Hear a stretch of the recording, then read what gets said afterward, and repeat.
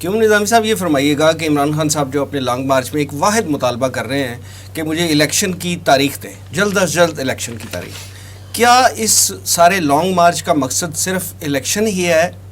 اور اس کی تاریخ لینا ہی ہے، یا اس کے پس پردہ کچھ اور مقاصد بھی ہیں؟ اگر آپ جو پاکستان کی جو سیاسی تاریخ ہے اور پارلیمانی تاریخ ہے اور انتخابی تاریخ ہے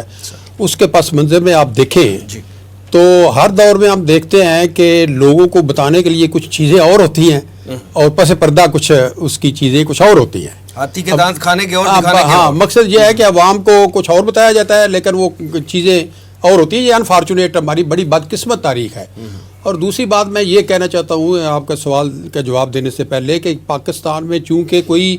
ایز سچ جس کے کہتے ہیں سائنٹیفک انداز میں جمہوریت ہے ہی نہیں، اور جس طرح کہ علامہ اقبال نے بلیس کی مجلس شورا نظم لکھی تھی اور اس میں انہوں نے تصویر کشی منظر کشی کی تھی جمہوریت کی، وہی آج جو ہے وہ ساری چل رہی ہے. اگر آپ اس میں دیکھیں تو پھر لوگ کہتے کچھ ہیں کرتے کچھ ہیں.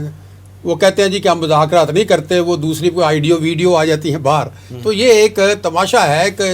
ایک کوئی جو جمہوری اصول ہیں اس کے مطابق یہ سیاست نہیں چل رہی. جو عمران خان کہہ رہے ہیں ایک تو وہ بالکل ٹھیک ہے، میرا خیال ہے کہ وہ چاہتے ہیں کہ جو الیکشن جو ہیں وہ بڑی جلدی ہو جائیں، کیونکہ ان کے ذہن میں یہ بات ہے کہ اگر تاخیر ہوئی تو وہ ان کا جو ایک پاپولیرٹی گراف ہے وہ نیچے بھی آ سکتا ہے. کیونکہ اگر ڈیلے ہوئے تو یہ چونکہ ایک پاکستان کی تاریخ کا حیران کن واقعہ ہے کہ ایک وزیر اعظم جب وہ اپنے اقتدار میں تھا تو وہ پنجاب میں اپنی نشستیں ہار رہا تھا. پھر یکدم دیکھیں یہ جو ہے نا ایک نیا، ایک میں سمجھتا ہوں کہ معجزہ ہے، ایک نیا سیاسی تجربہ ہے جس پر ساری پاکستان کے سب لوگ حیران ہیں کہ یہ ہوا کیا. جو میں سمجھ سکا ہوں ایک طالب علم کی حیثیت سے سیاست کے، میں نے عملی سیاست میں بھی حصہ لیا ہے، کہ ایک 75 سال سے ایک جو ہے ایک اسٹیبلشمنٹ کے خلاف جو ہے نفرت جو ہے وہ آ رہی تھی دلوں میں لوگوں کے. اور یہ جو موجودہ جو حکومت ہے، اتحادی حکومت جس کو آپ کہتے ہیں، یہ 30 سال ہمیں رول کرتے رہے ہیں یہاں پر. لوگ ان سے بھی تنگ آ چکے تھے. بالکل. تو جب انہوں نے یہ دیکھا کہ یہاں ایک آدمی جو ایک نیا ہے ابھی اور اس کو 3 سال نہیں ہوئے اور اس کے خلاف جو ہے وہ ایک سازش ہو گئی ہے جس میں امریکہ بھی انوالو ہے، جس میں فوج بھی انوالو ہے، اور جس میں یہ ساری جماعتیں وہ گینگ اپ ہو گئی ہیں، وہ اکٹھے ہو گئے ہیں ساری جماعتیں اکٹھے ہو کے. تو اس سے میں سمجھتا ہوں کہ ایک ہمدردی کی لہر پیدا ہو گئی عمران خان کے حق میں، جس کو وہ اب کیش کرانے کی کوشش کر رہا ہے. میں یہ سمجھتا ہوں کہ یہ جو عمران خان ہے اس کو بہت زیادہ زور ارلی الیکشن پہ نہیں دینا چاہیے، اس حد تک عوام کو نہیں پہنچانا چاہیے کہ خدا نخواستہ کوئی ایسی صورتحال ڈیولپ ہو جائے. کیونکہ اس وقت جو ہے نا آپ دیکھیں اسلام آباد جو ہے نا وہ ایک یونیک ایک پوزیشن ہے اس کی کہ پنجاب میں حکومت عمران خان کی ہے، خیبر پختونخوا میں حکومت عمران خان کی ہے، آزاد کشمیر میں، گلگت میں، سب وہاں پہ قافلے جو ہیں وہ آ سکتے ہیں. راولپنڈی میں ان کو کوئی رکاوٹ نہیں ہوگی. اور اگر یہ راولپنڈی میں جیسا کہ جذبہ نظر آ رہا ہے عوامی، 2 لاکھ بندہ اکٹھا کر لیتے ہیں اور وہ انٹر ہو جاتے ہیں تو وہ کوئی بھی وہاں پر امکانی صورتحال سامنے آ سکتی ہے. تو میں یہ سمجھتا ہوں کہ یہ جتنے بھی سیاستدان ہیں اگر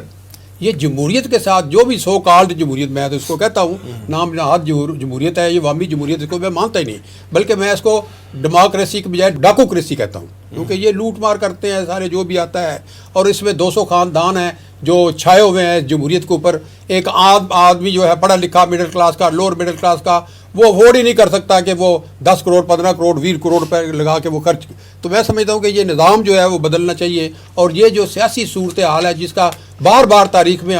ہمیں وہ دیکھنا پڑتا ہے، اس کا مقابلہ انفارچونیٹ کرنا پڑتا ہے. اس میں شہید بھی ہوئے، ذوالفقار علی بھٹو کو شہید کر دیا گیا، پھر وہ بے نظیر بھٹو کو شہید کر دیا گیا، اس سے پہلے لیاقت علی خان کو آپ دیکھیں پاپولر لیڈر تھے، وہ شہید کر دیا گیا. تو میں یہ سمجھتا ہوں کہ یہ جو ڈاکٹر اسرار احمد صاحب نے ایک جمہوری فلسفہ دیا تھا انقلاب کا، ہمیں اس طرف آنا چاہیے، عوام کو لانا چاہیے کہ بھائی جب تک اس پاکستان کے اندر ایک عوامی انقلاب جو ہے وہ ایک انقلابی ایجنڈے کے تحت اور سارے ملک کی جو انقلاب دوست جماعتیں ہیں وہ اکٹھی ہو جائیں اور وہ مل کے ایک انقلاب لائیں اور اس کے بعد نیو سوشل کانٹریکٹ کریں. اس میں انتخابی نظام بھی بدلے، اس میں بیوروکریسی کا نظام بھی بدلے، عدالتی نظام بھی بدلے، معاشی اور سیاسی نظام، یہ سارے نظام جو ہیں یہ اسلام کے جو سماجی اور اخلاقی اصول ہیں ان کے مطابق بھی نہیں ہیں. قائد اعظم نے ان کی مخالفت کی تھی, علامہ اقبال نے ان کی مخالفت کی تھی. تو میں یہ سمجھتا ہوں کہ عمران خان کو چاہیے کہ وہ اتنا پرجوش طریقے سے لوگوں کو مطلب جو ایک قسم کا بدزن کرنے کی کوشش, اسٹیبلشمنٹ بات یہ ہے کہ فوج کے بغیر تو آپ کو آزادی ممکن نہیں ہے. فرانس میں جب مجھے یاد ہے کہ فرانس میں جب فرانسیسیوں نے فرانسی فوج کے بارے میں تنقید شروع کی تو ڈگال جو تھا پریزیڈنٹ اس وقت, اس نے آ کے خطاب کیا, میرے فرانس کے لوگوں سن لو, ایک فوج نے یہاں پر رہنا ہے,